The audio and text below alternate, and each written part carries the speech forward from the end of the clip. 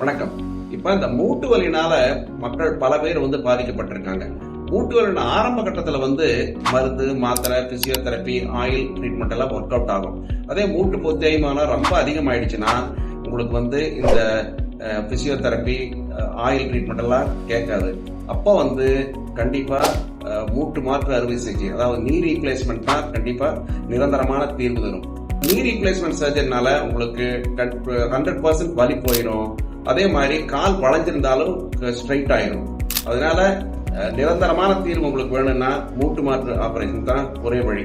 மூட்டு மாற்று ஆபரேஷனுக்கு அப்புறம் நீங்க ஆல்மோஸ்ட் நார்மலா இருக்கலாம், நார்மலா நடக்கலாம், படி ஏறலாம், எல்லா வேலையும் செய்யலாம். ஒரே ஒண்ணு தரையில மட்டும் உட்கார முடியாது. அதனால மக்கள் ரொம்ப மூட்டு வலினால கஷ்டப்பட்டு கால்கள் எல்லாம் வளைஞ்சிருந்ததுன்னா மூட்டு மாற்று ஆபரேஷன், அதாவது நீ ரீப்ளேஸ்மெண்ட் தான் நிரந்தரமான தீர்வு தரும்.